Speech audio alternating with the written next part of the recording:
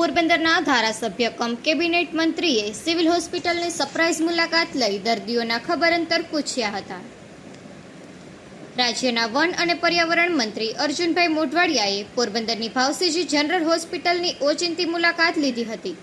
મંત્રીએ હોસ્પિટલમાં દાખલ દર્દીઓના બેડ સુધી પહોંચી તેમની તબિયત, સારવાર અને હોસ્પિટલમાં મળતી સુવિધાઓ અંગે આત્મીયતાપૂર્વક પૂછપરછ કરી હતી. દર્દીઓ અને તેમના સ્વજનો પાસેથી મળેલા પ્રતિસાદ પણ જાણ્યા હતા.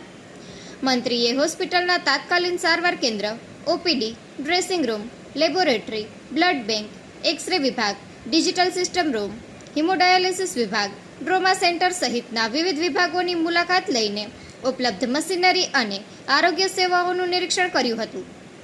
નર્સિંગ સ્ટાફ, તબીબો અને અન્ય કર્મચારીઓ સાથે સંવાદ કરી દર્દીઓને વધુ ઝડપી, ગુણવત્તાસભર અને સંવેદનશીલ સારવાર મળી રહે તે માટે જરૂરી સૂચનો આપ્યા હતા.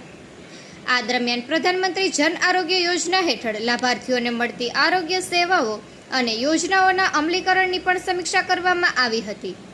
મંત્રીએ વિશ્વાસ વ્યક્ત કર્યો હતો કે ધરમપુર ખાતે નિર્માણાધીન નવી GMERS સિવિલ હોસ્પિટલ કાર્યરત થયા બાદ ભાવસીજી જનરલ હોસ્પિટલની તમામ સેવાઓ ત્યાં સ્થળાંતરિત કરવામાં આવશે, જેના પરિણામે જિલ્લાના નાગરિકોને વધુ આધુનિક, વિશાળ અને સર્વ સુવિધાસભર આરોગ્ય સેવાઓનો લાભ મળશે.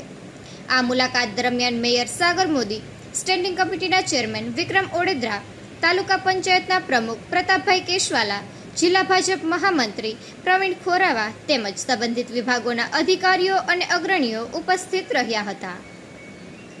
નિકુલ પોપટ, પોરબંદર ટાઈમ્સ.